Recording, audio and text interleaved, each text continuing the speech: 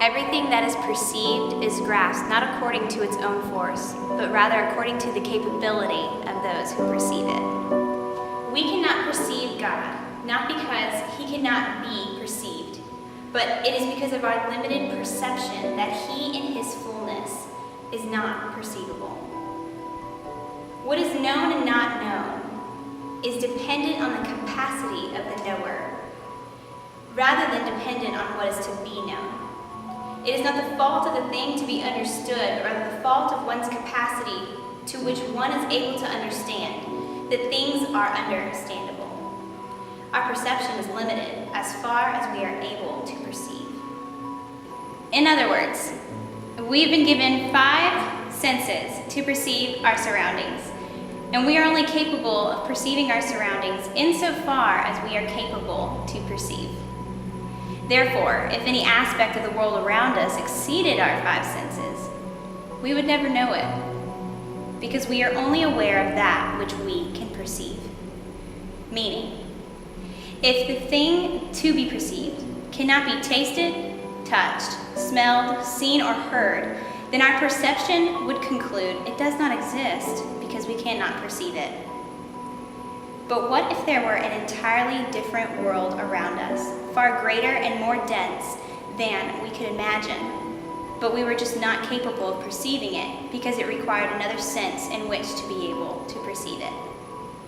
What if we were given a 6th sense in order to perceive this unseen, untouched, unsmelled, untasted, unheard world around us in which we cannot perceive with just our 5 senses? This is interesting, because that 6th sense does exist, and that which is not perceivable is God.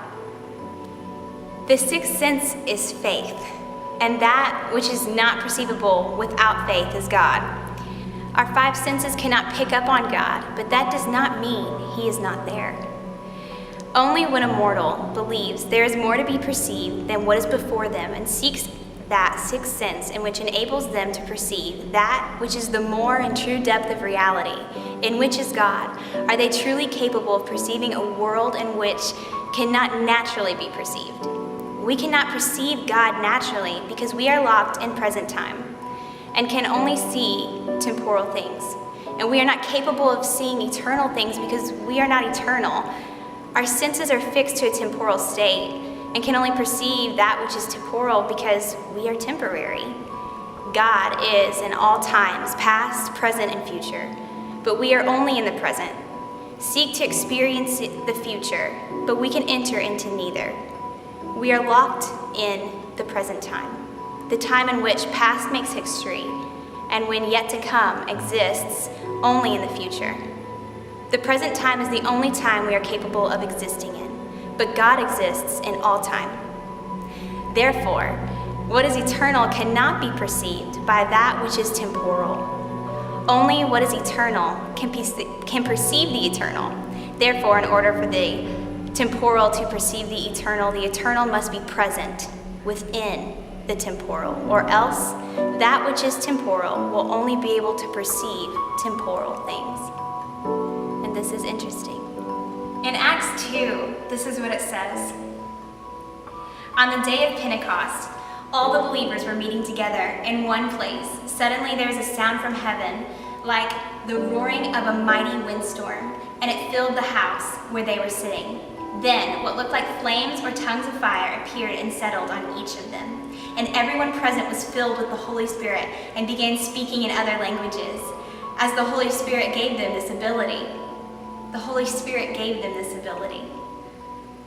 At that time, there were devout Jews from every nation living in Jerusalem. When they heard the loud noise, everyone came running, and they were bewildered to hear their own languages being spoken by the believers. They were completely amazed. "How can this be?" they exclaimed. "These people are all from Galilee, and yet we hear them speaking in our own native languages. Here we are, Parthians, Medes, Elamites, people from Mesopotamia, Judea, Cappadocia, Pontus, the province of Asia, all of these visitors from Rome, both Jews and converts to Judaism, Cretans and Arabs, and we all hear these people speaking in our own languages about the wonderful things God has done. They stood there amazed and perplexed. "What can this mean?" they asked each other. But others in the crowd saw them. They ridiculed and said that they were drunk, but obviously it was the Holy Spirit. What's interesting is that this is possible. The Holy Spirit gave them this ability.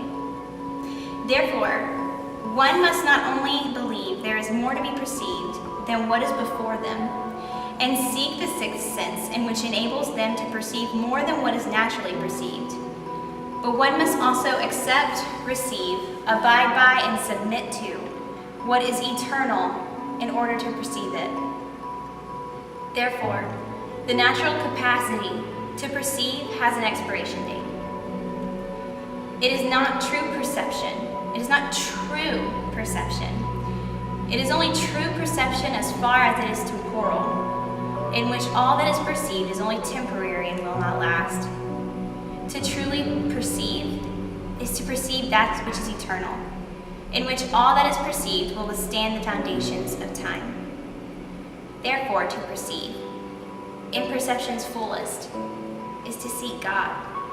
The only way to see that which is eternal is to receive the Holy Spirit.